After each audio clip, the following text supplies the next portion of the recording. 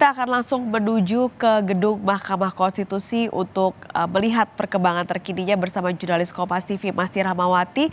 Masni, ini sudah pukul 10 lebih yang seharusnya jadwalnya pada pukul 10 dimulai. Di sana bagaimana kondisinya?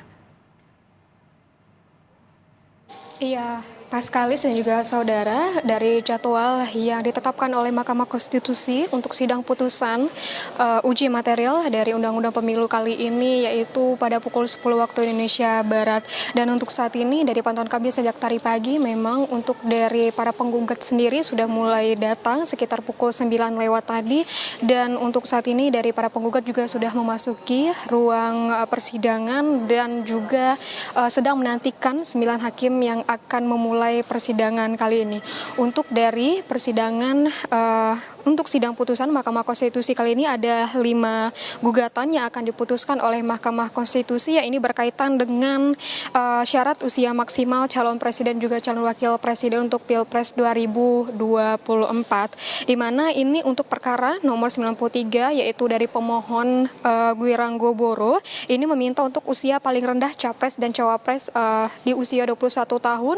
Sedangkan untuk perkara nomor 96 yaitu dimohon oleh Riko yang meminta usia paling rendah untuk capres dan juga cawapres itu pada usia 25 tahun. Sedangkan untuk perkara nomor 103 yang diajukan oleh Wiwit Arianto, Rahayu Fatikasari, Rio Saputro dan juga bersama dengan 98 advokat, ini ada 2 petitum yang dimohonkan oleh pemohon kali ini, yaitu yang pertama itu meminta batas syarat usia maksimal capres dan cawapres di usia 70 tahun, dan juga petitum yang kedua yakni melarang pelanggar HAM maju sebagai calon presiden. Dan juga untuk perkara yang keempat yaitu perkara nomor 104 ini diajukan oleh Gulvino Guevarto, yang dari Gulvino sendiri juga mengajukan 2 petitum, yaitu yang pertama usia paling rendah di usia 21 tahun dan maksimal di usia 65 tahun, dan petitum kedua yakni menginginkan Mahkamah Konstitusi ini membatasi kesempatan seorang maju sebagai calon presiden hanya 2 kali saja.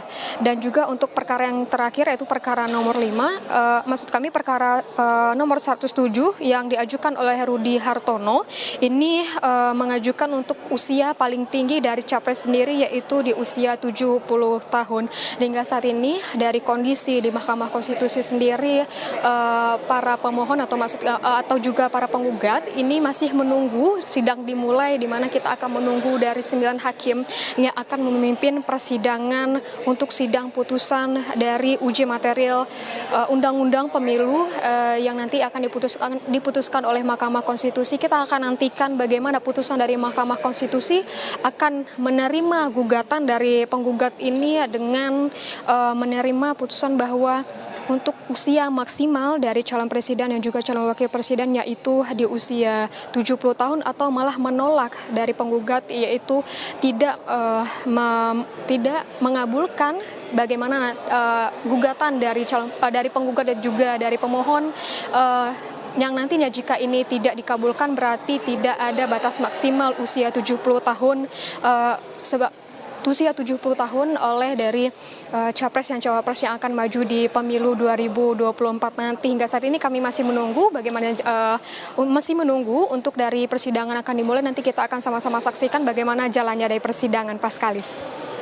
Ini kalau pada pekan lalu saat Mahkamah Konstitusi memutuskan soal batas minimal usia capres dan cawapres, di luar gedung MK cukup banyak massa yang berkumpul sampai akhirnya jalur-jalur lalu lintasnya dialihkan.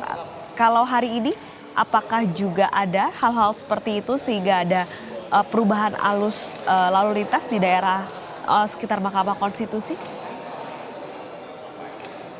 Iya, Paskalis dan juga saudara, untuk minggu lalu dari persidangan putusan Mahkamah Konstitusi mengenai batas minimal dari usia capres dan cawapres, ada sebagian dari jalan di sekitaran Mahkamah Konstitusi ini ditutup. Namun untuk saat ini dari pantauan kami sejak tadi pagi tidak ada penutupan jalan di sekitaran gedung Mahkamah Konstitusi.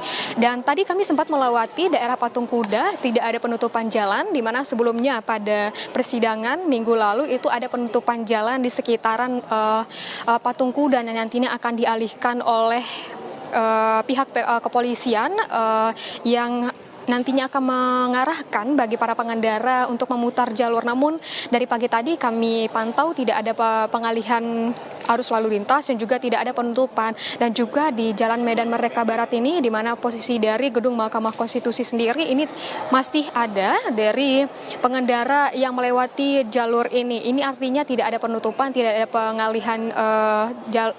pengalihan arus lalu lintas, dan juga para pengendara masih bisa melewati gedung Mahkamah Konstitusi di saat jalannya persidangan yang akan digelar pada pukul 10 waktu Indonesia Barat hari ini, Paskalis. Terima kasih, Masti Ramawati, jurnalis Kompas TV melaporkan kondisi langsung dari gedung Mahkamah Konstitusi. Kita nantikan bersama dimulainya sidang pada hari ini.